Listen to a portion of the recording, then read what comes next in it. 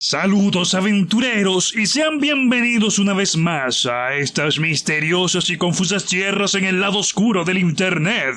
Ahora continuamos con Overlord, volumen 1, capítulo 4, conflicto parte 2. Pero, antes de comenzar, les comento que lamentablemente las sagradas escrituras de Overlord no están bien adaptadas, que ojo, una traducción no es lo mismo que una adaptación. Traducir es solo cambiar algo de un idioma a otro. Adaptar es darle sentido completo a esa traducción en el idioma objetivo, en este caso, el español.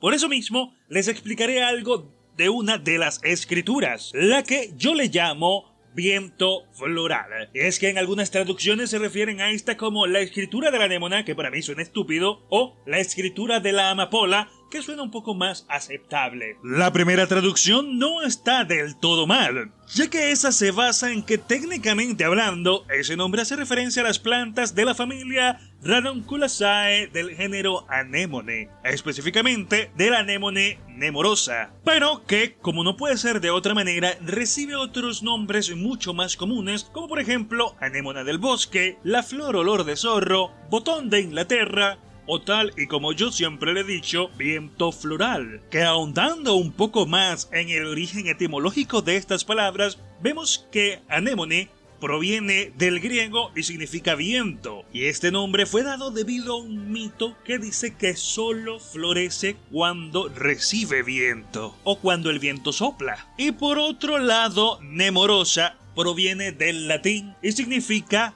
del bosque, por lo que también quedaría adecuada la escritura del viento del bosque. Pero, ¿tú qué prefieres? ¿Viento floral o viento del bosque? Por fines prácticos, de momento, le diré viento floral. Ahora sí, comencemos. El funeral se llevó a cabo en el cementerio en las afueras del pueblo, el cual consistía en una reja destartalada que cerraba un espacio abierto con varias piedras verticales redondeadas que tenían nombres grabados en ellas. El jefe del pueblo le echó un epitafio para consolar a las almas de los que se quedaban atrás. Luego oró a los dioses, los cuales no existían en Yggdrasil, para que las almas de los que partían pudieran descansar en paz. Aparentemente, no podían enterrar a todos los cuerpos por la falta de mano de obra, así que solo enterraron una parte de ellos. Desde su perspectiva, enterrar a alguien en el mismo día de su muerte era un poco prematuro, pero debido a las diferencias entre su mundo y este, quizá el hacerlo de esta manera era la norma. Los pobladores estaban todos reunidos en el cementerio. Entre ellos, vio a las dos hermanas que había rescatado, Henry y Nemu Emot, confirmando que los dos cuerpos de Buraya eran sus padres. Aparentemente, el entierro sería dentro de poco. Desde una distancia prudente observaba impasible mientras acariciaba una varita de 30 centímetros de largo debajo de su túnica. La varita estaba hecha de marfil. En la punta estaba decorada con oro y grabados con letras rúnicas y despedía un aura divino. Se trataba de la varita de la resurrección. Con ese objeto mágico era posible resucitar a los muertos. Ainz obviamente tenía más de una varita. Las acumulaba en tal cantidad que revivir a todos los muertos del pueblo no hubiera hecho mella en sus reservas. De acuerdo al jefe del pueblo, en este mundo no existía ningún hechizo que pudiera devolver la vida a los muertos. Si usara la varita de la resurrección, podría crear un milagro en este pueblo, pero luego de que concluyeran las oraciones y terminara el funeral, se limitó a guardar lentamente la varita dentro de su caja de objetos. Podría resucitar a los muertos, pero decidió no hacerlo. No había una razón válida para ello. Se dividía a los encantadores mágicos en aquellos que usaban su poder para eliminar a otros y aquellos que lo usaban para revivirlos. Era bastante fácil imaginar cuál de ellos encontraría más problemas, e incluso si los resucitara con la condición de que guardaran el secreto, era poco probable que lo guardaran durante mucho tiempo. Todo el mundo deseaba poder vencer a la muerte, ¿verdad? Bajo circunstancias diferentes, él hubiera podido usar el hechizo de resurrección, pero por el momento no tenía información suficiente. Era mejor no usar la varita. Haber salvado su pueblo debería ser suficiente para hacerlos felices, susurró a modo de plegaria mientras observaba al caballero de la muerte de pie detrás de él, el cual era otro misterio. En Yggdrasil, los seres mágicos invocados desaparecían luego de un tiempo a menos que fueran utilizados métodos especiales, lo cual no aplicaba a este caballero de la muerte. Su tiempo ya debería haber terminado. Aunque podía especular el por qué, la falta de información le impedía encontrar una respuesta certera. Mientras se perdía en sus pensamientos, dos figuras aparecieron a su lado. Una era Albedo y la otra un ser mágico con un cuerpo de forma ligeramente humanoide que vestía un traje negro como de ninja. Se asemejaba bastante más a una araña con 8 ojos y 8 patas, casi como espadas. ¿Un asesino de los 8 filos? Albedo, esto es. Ainz miró a su alrededor. Los pobladores parecían no haberlo notado. Por ahora, decidió pasar por alto a Albedo. En definitiva, aunque estés en un entierro, una criatura como esa sigue siendo algo que no te gustaría ver. Casi lo olvidaba, pero esta criatura pertenecía a la categoría de los que podrían hacerse invisibles. Quería mostrar sus respetos por su merced Ainz. Por ello lo traje ante usted. Es un gran honor conocer a su señoría Momonga. No hay necesidad de cortesías. Eres de nuestras tropas de apoyo, ¿verdad? Sí, aparte de mí, hay 400 sirvientes preparados para atacar este pueblo. ¿Atacar? ¿Qué los había llevado a esa conclusión? Ainz no pudo evitarlo y pensó que Sebastián realmente no tiene talento para entregar mensajes. Ya no tienen la necesidad de atacar. El problema está resuelto. Por cierto, ¿quién los comanda? La señorita Aura y el señorito Mare. El amo de Miurges y la señorita Chaltier están dentro de Nazarick y el señor Cocytus está patrullando las afueras alrededor de Nazarick. Ya veo, si somos muchos solamente nos estorbaremos. Con la excepción de Aura y Mare, que todos se retiren. Y además de ti, ¿cuántos asesinos de 8 filos vinieron? Existen otros 14, para un total de 15, mi señor. En ese caso, ustedes se quedarán en espera aquí con Aura y Mare. Viendo que el asesino de 8 filos asentía con entendimiento, se volvió para mirar hacia el funeral. El caer de la tierra húmeda sobre un par específico de tumbas fue acompañado del llanto descontrolado del par de hermanas, que finalmente se quebraron por el dolor de su pérdida. Viendo que seguramente el funeral sería algo tardado, decidió caminar de vuelta al pueblo, con Albedo y el caballero de la muerte detrás de él. A pesar del funeral, Ainz todavía pasó bastante tiempo en la casa aprendiendo cosas sobre el sentido común de este nuevo mundo, y para cuando dejó la casa del jefe del pueblo, pudo observar cómo lentamente el sol se ocultaba en el horizonte. Su papel en este heroico drama de rescate había tardado mucho más de lo esperado. No había sido una completa pérdida de tiempo. Claro que mientras más descubría de este mundo, más incógnitas surgían. El aprender todo lo que se le permitiera era suficiente como para alegrar su inexistente corazón, al menos por ahora. Mirando la hermosa puesta de sol, reflexionaba su siguiente movimiento. Era muy peligroso actuar sin conocer la situación del mundo. Su plan de acción debió haber sido realizar operaciones encubiertas mientras ocultaba su identidad lo mejor posible al recolectar información. Pero luego de rescatar este pueblo, ya no había forma de ocultar su identidad. E incluso con el exterminio completo de los caballeros, estos pertenecían a una nación que, seguramente,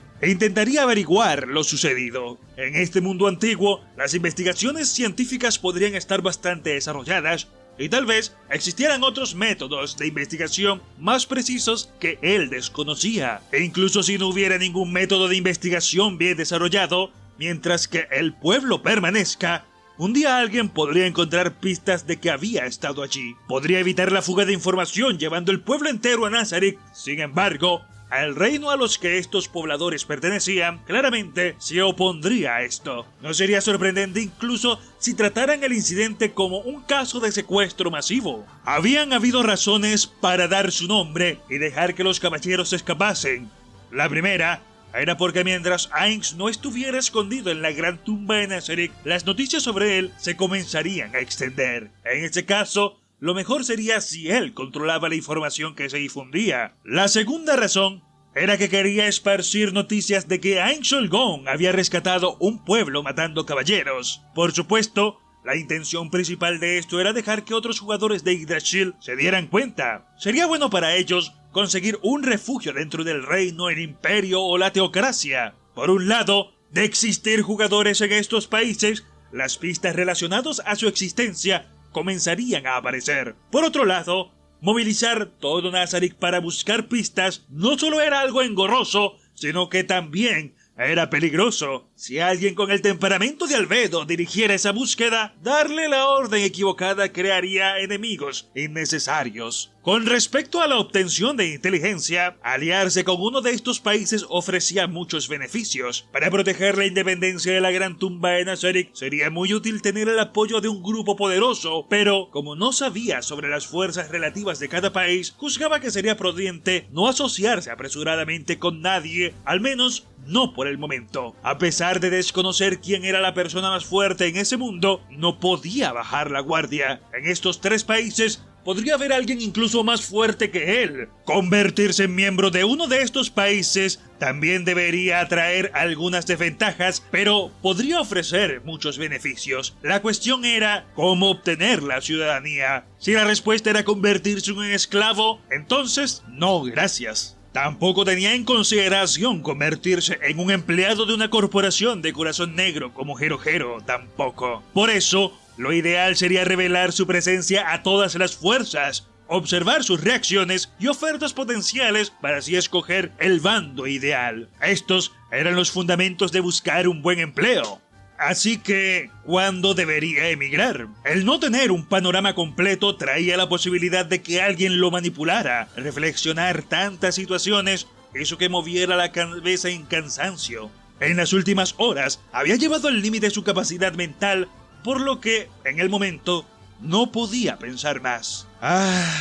Eso debería ser todo por hoy, Albedo. Regresemos. Entendido. La voz de Albedo estaba tensa. Con la ausencia de peligros, no había razón para que ella estuviera tan alerta. Considerando esto, solo se le ocurría una razón posible, y usando un tono de voz bajo, le preguntó: ¿Albedo, odias a los humanos? No me agradan. Son criaturas frágiles e inferiores. No pasaría nada si los aplastara como insectos. Aunque, por supuesto, hay una persona que es la excepción. Incluso aunque la voz de Albedo fuera dulce como la miel, lo que decía era de todas formas cruel. Considerando que Albedo tenía la apariencia de una diosa de corazón cálido, pensaba que lo que había dicho estaba en conflicto con su apariencia y comenzó a amonestarla. Así es la situación, entonces. Entiendo cómo te sientes, sin embargo, espero que te calmes un poco, ya que saber cómo deber comportarse ante los demás es muy importante. Ver cómo Albedo asentía frenéticamente provocó que Ainz comenzara a preocuparse. En este punto, lo que a Albedo le gustara o no causaría ningún problema, pero esto no era un hecho inmutable y podría cambiar en el futuro. Conocer las preferencias de sus subordinados era asunto de gran importancia. Luego de darse cuenta del prejuicio de Albedo contra la humanidad, comenzó a buscar al jefe del pueblo. La cortesía lo obligaba a despedirse de él antes de marcharse. Por fortuna, rápidamente lo localizó. El jefe del pueblo tenía una expresión solemne y estaba parado en una esquina de la plaza hablando con varios pobladores. Sin embargo, algo no estaba bien. La preocupación era evidente en su rostro. ¿Acaso pasó algo problemático? Ainz reprimió las ganas de despedirse. Debía asegurarse de que todo estuviera bien, o todos sus esfuerzos habrían sido en vano. Con este pensamiento en mente, se acercó al jefe del pueblo. ¿Cuál es el problema? La cara del jefe del pueblo se iluminó con una tenue luz de esperanza.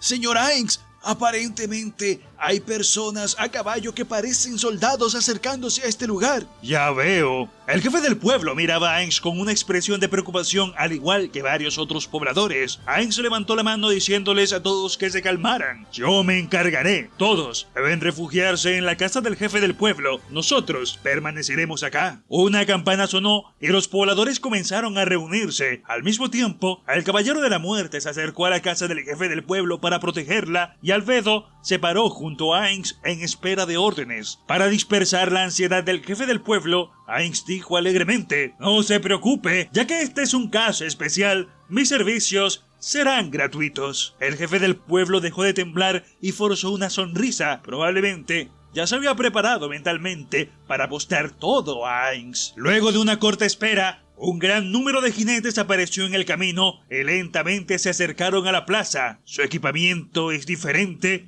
y no parece ser homogéneo. ¿Son de verdad soldados? Ainz estaba perplejo por su equipamiento. Los caballeros de antes tenían un emblema imperial en sus armaduras y estaban armados con espadas iguales y un set completo de armadura muy similares. Pero estos jinetes, incluso aunque también vestían armadura, no tenían un uniforme discernible. Algunos llevaban cuero, mientras que otros ni siquiera llevaban armadura, mostrando un chaleco de cota de malla que normalmente se llevaba debajo de esta. Algunos llevaban casco, mientras otros no. Lo único que tenían en común era que todos tenían las caras descubiertas, todos tenían el mismo tipo de espada, pero algunos también llevaban arcos o tal vez pistolas, una maza u otra arma con ellos. Para ponerlo en términos amables, este grupo parecía compuesto de soldados veteranos que habían visto incontables campos de batalla, y si no te sentías generoso, parecían una banda variada de mercenarios. Al final, alrededor de 20 jinetes cabalgaron hacia la plaza.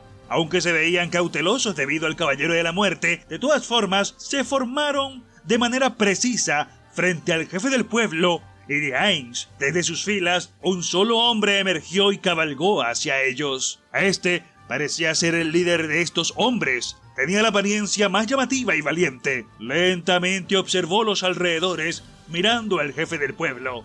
Luego al Caballero de la Muerte y luego a Albedo. Observó por algún tiempo, finalmente dándose cuenta de que el otro grupo se mantenía inmóvil. De pronto atravesó a Ainz con su aguda mirada. E incluso siendo observado por esos ojos tan feroces, él se mantenía calmado e inmóvil.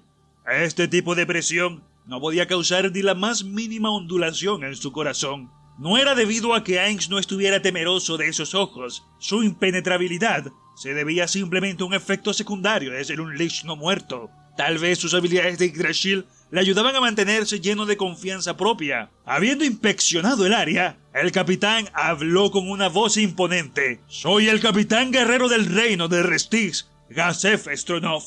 Bajo órdenes del rey, he venido con una fuerza punitiva para luchar contra los caballeros del imperio que han sido vistos patrullando alrededor de varios pueblos». Su profunda y suave voz resonó en la plaza y el jefe del pueblo detrás de Ainz murmuró: «El capitán guerrero». Esta persona nunca fue mencionada en la charla que tuvo con el jefe del pueblo. Con un pequeño matiz acusador dirigido hacia el jefe del pueblo, Ainz preguntó en voz baja: ¿qué tipo de persona es él? De acuerdo a los comerciantes que pasan por aquí, él fue un campeón de un torneo celebrado en el pasado, que fue usado para determinar a la guardia personal del rey. Actualmente es un subordinado directo del rey y dirige un grupo de soldados de élite. ¿Esa persona frente a mí es realmente tan grande? Yo no lo sé, son solo rumores. Ainz miró con cuidado a los jinetes. Claramente tenían el emblema en sus pechos, el cual era muy similar al emblema del pueblo. Dicho esto, no había suficiente información, por lo que no podía estar seguro. Gazef miró al jefe del pueblo. «Usted debe ser el jefe de este pueblo. ¿Podría decirme quién es el hombre parado a su costado?» «No se moleste. Saludos, Sir Capitán Guerrero del Reino. Yo soy Ainz Olgón, un encantador mágico. Debido a que el pueblo fue atacado por caballeros, vine para rescatarlos». Deteniendo al jefe del pueblo, que se disponía a responder, Ainz saludó gentilmente y se presentó a sí mismo. Gazef rápidamente bajó de su caballo, haciendo un fuerte sonido debido a su armadura pesada. Se paró en el suelo e hizo una profunda reverencia. «Gracias por salvar este pueblo. No seré capaz de pagar su bondad». El aire se agitó un poco. Como capitán guerrero, él debía probablemente ser parte de una clase privilegiada, así que mostrar tanto respeto a alguien desconocido como Ainz en un mundo donde existían marcadas diferencias sociales fue una gran sorpresa para todos. Dicho esto, en este país, o incluso en el mundo entero, los derechos humanos no se habían establecido totalmente. Tan solo años atrás, algunos países todavía practicaban la esclavitud, y aunque sus posiciones sociales eran completamente diferentes, Gazef se había bajado del caballo e inclinado ante Ainz. Estaba claro qué tipo de hombre era Gazef. La intuición de Ainz le dijo que la identidad de Gazef como capitán guerrero del reino era verdadera. No hay necesidad de que sea tan formal. En realidad, el propósito de mis acciones no fue otro que las posibles recompensas, así que no hay por qué agradecer. «Oh, una recompensa. Entonces, ¿es usted un aventurero?» Eso tendría sentido. Parece ser que es un gran aventurero. Pero, por favor, perdone mi ignorancia. Nunca antes he oído el nombre del señor Gon. Soy un viajero que solo pasaba por aquí, así que no soy una figura conocida. Actualmente viajando, ¿eh? Me disculpo por hacer perder el tiempo de tan excepcional aventurero, pero ¿sería posible para usted decirme sobre lo que pasó a estos hombres que vinieron y atacaron el pueblo? Será un placer, Sir Capitán Guerrero. La mayoría de los caballeros que vinieron aquí a destruir el pueblo ya están muertos. No debería causar ningún problema. ¿Hay necesidad de que continúe explicando? Muertos. ¿Esto fue obra del señor Gon? Escuchando la forma en la que Gazef se refería a él, Aang se dio cuenta de que en este mundo los nombres tenían estilo occidental y no japonés. La secuencia de un nombre sería nombre propio más apellido y no apellido. Eso explicaba el por qué el jefe del pueblo había puesto una expresión tan extraña cuando Aang se le pidió que lo llamara de forma japonesa. Aunque no eran conocidos, Aang se le había pedido que lo llamara por su nombre propio. Por supuesto que el jefe del pueblo estaría confundido. Dándose cuenta de su error, Aang usó su naturaleza descarada adquirida como un miembro útil de la sociedad para pasar por alto su propio desliz. Eso es correcto, pero al mismo tiempo incorrecto. Rápidamente, dándose cuenta del significado de las palabras de Aang,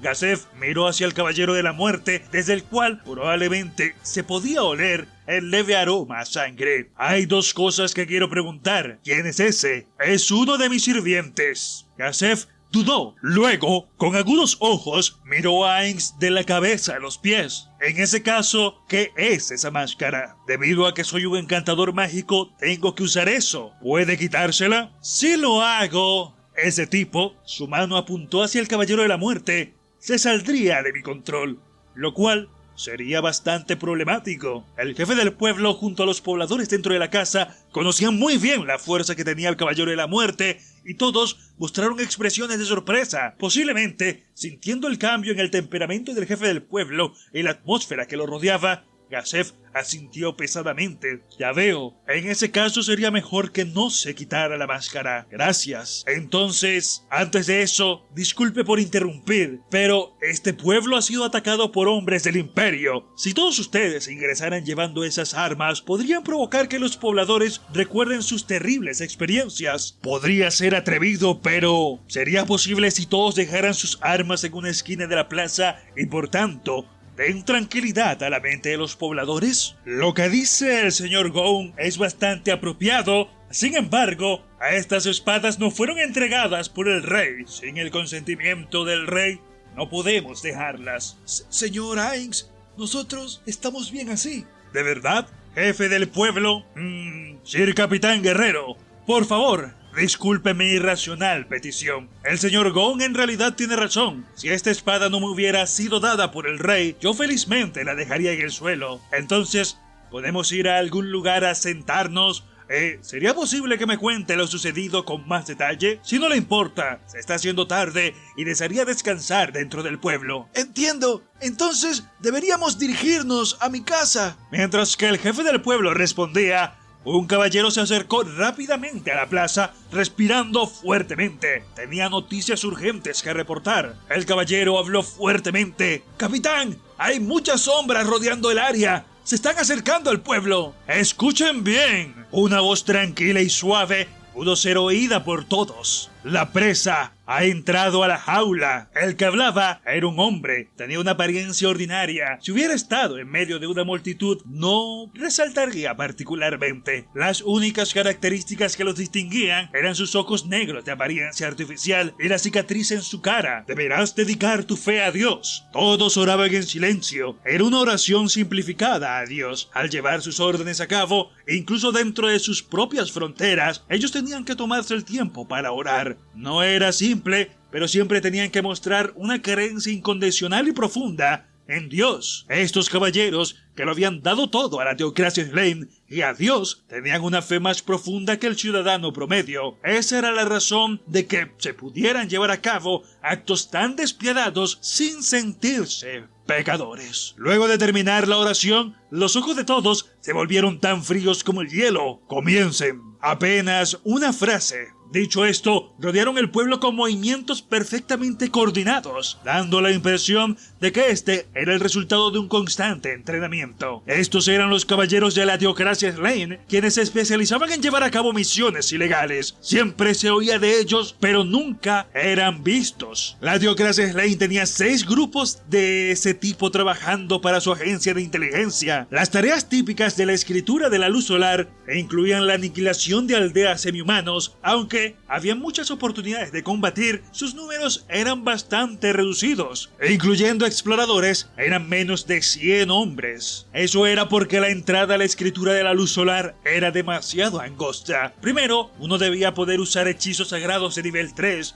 y también todos los hechizos normales que los encantadores mágicos podían aprender. Adicionalmente, tenía que poseer capacidades físicas superiores, resiliencia y espíritu, junto con una profunda fe en su religión. En resumen, eran lo mejor de los mejores. Observando a los hombres alrededor suyo, la figura exhaló suavemente. Una vez que todos se hubieran dispersado, sería difícil supervisar sus movimientos, pero tenía completa confianza en su jaula perfecta. Con el éxito de su tarea dentro de su alcance, el capitán de la escritura de la luz solar, Negon Grytluin, se sintió a gusto en su corazón. Los miembros de la escritura de la luz solar no eran expertos en operaciones encubiertas u operaciones de campo, y debido a ello, habían perdido ya 4 oportunidades. Cada vez que perseguían a Gazef y a su grupo de caballeros, siempre tenían que mantenerse vigilantes para evitar ser detectados. Si perdían esta oportunidad también, sus días de persecución constante seguramente continuarían. La próxima vez pediré ayuda a uno de los otros equipos y les dejaré la responsabilidad a ellos. Alguien respondió a las quejas de Nigun. Es cierto, nuestra área de experiencia es la exterminación de semihumanos. Después de todo, la persona que había contestado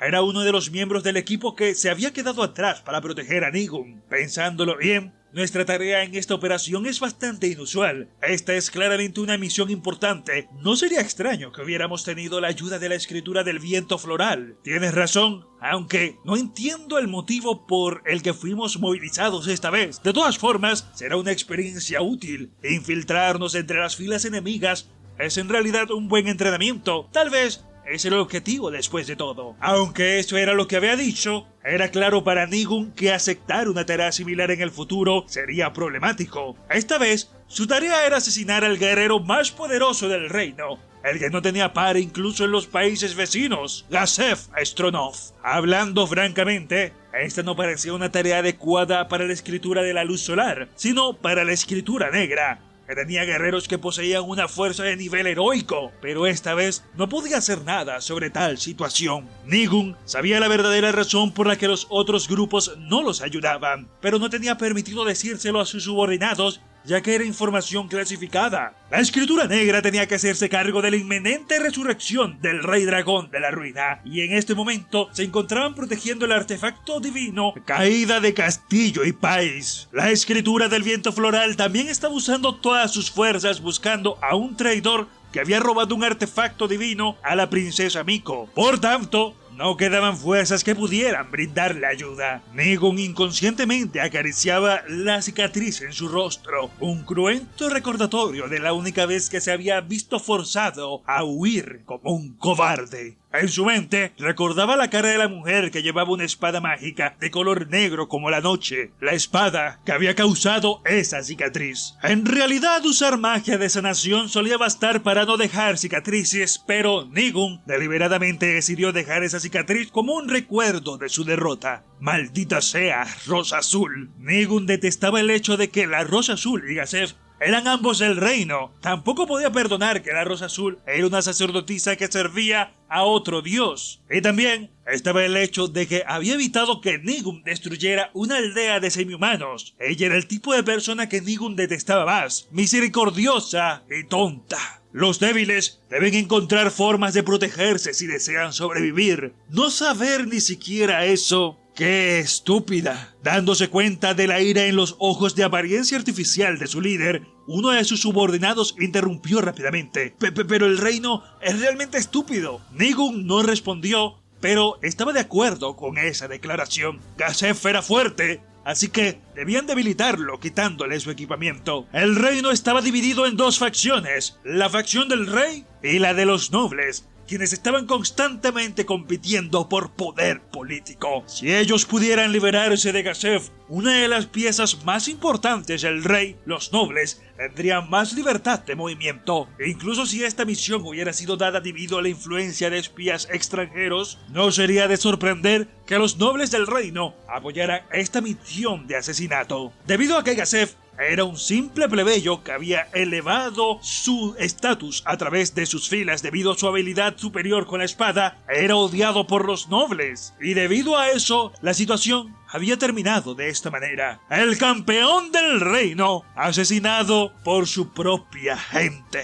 Nigun consideraba que todo esto era un comportamiento de estúpidos. Aunque ellos, la gente de la Teocracia Slain, estaban divididos en 6 diferentes facciones religiosas, ellos cooperaban de buena gana cuando había necesidad de ello. Una de las razones era su respeto colectivo por los dioses de los otros. Otra razón era su conocimiento sobre las otras razas y seres demoníacos en este mundo que no eran humanos. Sería muy peligroso si no estuvieran unidos. Es importante que todos sigan las mismas enseñanzas y caminen el mismo camino. Los seres humanos no deberían luchar los unos contra los otros. Deberíamos trabajar juntos y construir un camino para el futuro. Gazef sería sacrificado para alcanzar este objetivo. ¿Tenemos la habilidad para deshacernos de él? Nigun no se burló de la preocupación de su subordinado. El objetivo esta vez era el capitán guerrero del reino, el guerrero más fuerte de los reinos vecinos, Gazef Stronov. Comparado a destruir una aldea duende y matar a todos, esta misión era mucho más difícil. Para aplacar la ansiedad de su subordinado, Nigun dijo tranquilamente: no habrá ningún problema. En este momento no tiene los tesoros del reino debido a que no le dieron permiso de usarlos. Sin esos tesoros, matar a ese hombre no nos costará ningún esfuerzo. No, si no fuera por esta gran oportunidad, no habría forma de derrotarlo. El capitán guerrero del reino, Gazef Stronov, era uno de los caballeros más fuertes. Su habilidad superior con la espada lo convertía en alguien de temer. Pero también había otra razón. Él tenía el derecho a usar los 5 tesoros del reino. Por el momento, la escritura de la luz solar tenía conocimiento de 4 de aquellos tesoros, pero si Gazef hubiera tenido permiso, habría podido equipárselos todos. El guantelete de la resistencia, que le concedía al usuario estamina ilimitada. El amuleto de la inmortalidad, que regeneraba la vida. Hecha de un acero increíblemente resistente estaba la armadura guardián, que protegía de cualquier ataque de muerte instantánea. Y su espada, el filo de navaja, la cual estaba afilada por medios mágicos con la habilidad de cortar a través de cualquier armadura como si fuera papel. Además, tenemos nuestra carta del triunfo. No podemos perder esta batalla. Nigun se puso una de sus manos en el pecho. En este mundo existían 3 ítems mágicos que eran inimaginablemente poderosos. Uno de estos tesoros había sido dejado atrás por uno de los 8 reyes de la codicia, quienes por poco tiempo habían gobernado este mundo hace 500 años. Otro de ellos venía de una edad anterior de que los 8 reyes de la codicia fuesen derrotados, cuando los dragones todavía gobernaban el mundo. Una herramienta creada por la magia del señor dragón de mayor jerarquía. El último era un tesoro dejado atrás hace 600 años por los 6 grandes dioses. Era la base de la doctrina de la Teocracia Slain. Estos eran los 3 objetos mágicos más poderosos. Y en la posesión de Nigun se encontraba un tesoro sobre el cual solo unos pocos en la Teocracia Slain tenían conocimiento. Esta era su carta del triunfo. Nigun entonces miró la banda de acero que tenía en la muñeca. Varios números flotaron en el aire, mostrando que la hora señalada había llegado. Bien, entonces comiencen el ataque. Nigun y sus subordinados comenzaron a lanzar hechizos. Todos utilizaban hechizos de alto nivel para invocar ángeles. Señor Nigun, debo informarle que hemos llegado al final de la narración del día de hoy. ¿Qué te pareció la narración de hoy? Espero que la hayas disfrutado tanto oyéndola como yo narrándola. Muchas gracias por llegar hasta el final de esta narración. No todos lo hacen. Y si fueses lo suficientemente magnánimo como para dejar un comentario para así alimentar al dios incipiente del algoritmo de YouTube, estaría enormemente agradecido. Recuerda que todo esto es posible gracias a ti, aventurero. Muchas gracias por tu apoyo. Recuerda ser siempre un buen amigo, un buen hermano, un buen hijo, pero por sobre todas las cosas, una buena persona. Nos vemos en una próxima ocasión. Ten cuidado en tu camino, aventurero. Adiós.